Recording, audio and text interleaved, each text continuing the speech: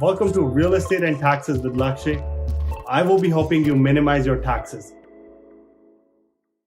All right, thank you for joining in on my Tuesday session on real estate and taxes. Today we're going to be talking about how to save taxes on rental income. So we're going to start off with first defining how the rental income is reported on your personal taxes, followed by some common deductions, the tax implications, as well as some of the commonly missed deductions, followed by a conclusion. So rental income is technically reported on your personal taxes. The form name is T776, Statement of Real Estate Rental, where you actually identify the property by the address and then you report the gross income followed by all the relevant expenses to operate the rental property. So in essence, you can report two types of expenses against your rental income. The first one is related to capital expenses and the second one is related to operating expenses. Capital expenses are something of like big in nature that will also increase the value of the standalone property itself. Operating expenses, on the other hand, is more like recurring expenses like interest on loan, monthly insurance that you pay, property taxes, the fees that you pay to get it leased out, to advertising expenses. So those are some of the operating expenses. So a lot of people ask me, how does taxes on rental income work? How much taxes am I actually paying? Well, that answer really depends on what your personal income is. In Canada, you actually pay taxes based on your tax slab. So let's assume for someone who is earning from 0 to 50,000, they might be in a 20% tax bracket. From 50 to 100,000, they might be in 30%, and so on and so forth. After 200,000 of personal income, your income tax becomes 50%. So if you are an individual who owns a property and you're earning between $0 to $100,000, your rental income will get added on top of your personal salary at the end of the year. And when it gets added, it's going to push you into the 33% tax bracket. So in that sense, you'll be paying 33% taxes. But let's assume you were making $150,000. Then the rental income will get added to 150 on top. And that means, you're going to be in an even higher tax bracket, maybe 45% tax bracket. So it really depends that whichever tax bracket you're in, you're going to be paying taxes based on that. One more key thing I wanted to mention is the taxes are actually based on percentage of ownership as well. And as well, the expenses will also be prorated based on it. So percentage also really matters when determining the taxes for rental.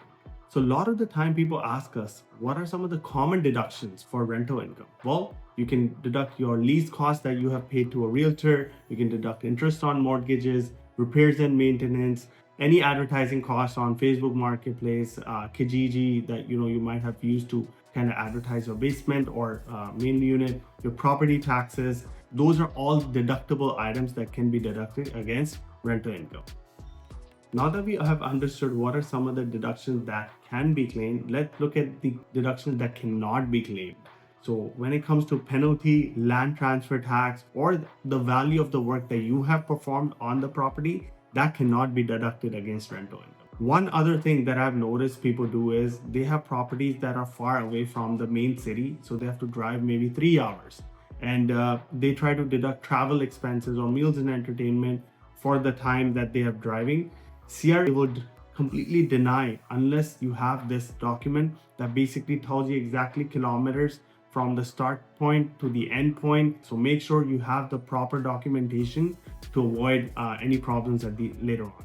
Let's look at some of the deductions that are actually missed by a lot of the people who are reporting rental income.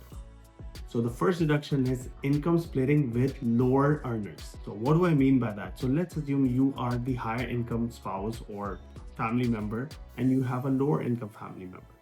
A lot of the times what you can do is you can actually hire them to do the upkeep of the property. So for that, you can technically pay a fees to this lower income family member, and that income splitting can technically help reduce your overall tax liability. The keyword that we will be using for this type of activity is active involvement. If there is no active employment that is being created through this channel, you won't be able to deduct it. So income splitting with lower income family earners is a great strategy. Missed deduction number 2 is related to legal and professional fees. A lot of the time, whenever we get a new tenant, we have to run their background check, right? That background check definitely costs us money.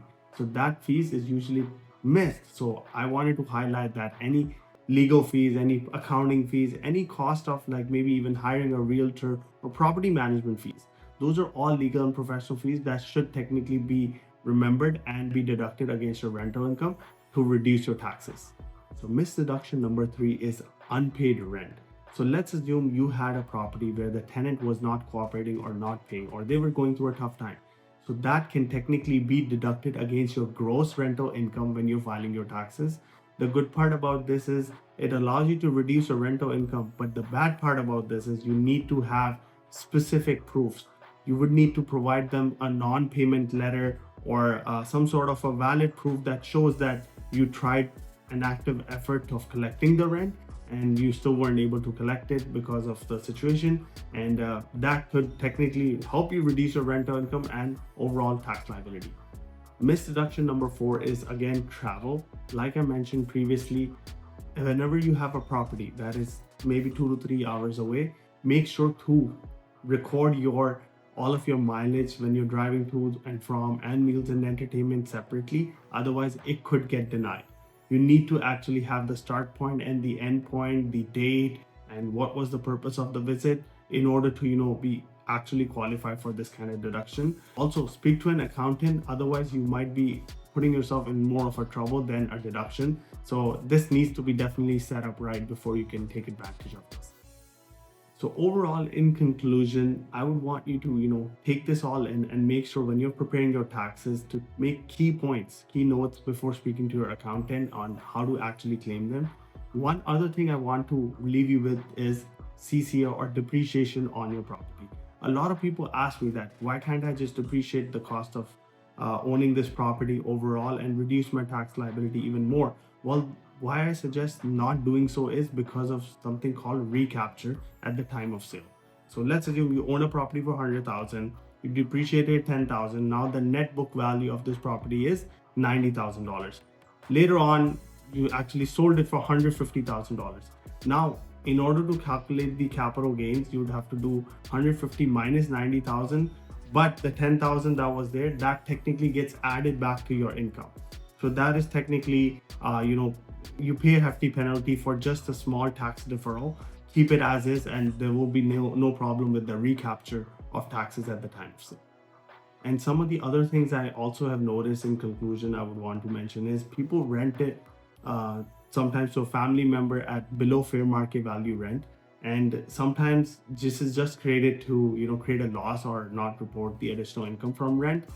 This is actively being audited by CRA. So try to basically not actually go through these Mickey Mouse deductions, but because CRA will catch you and it will create a problem for you in the long run. With that, I'll wrap up today's presentation. Thank you very much for joining in. We'll see you next Tuesday at 2 p.m. Thank you.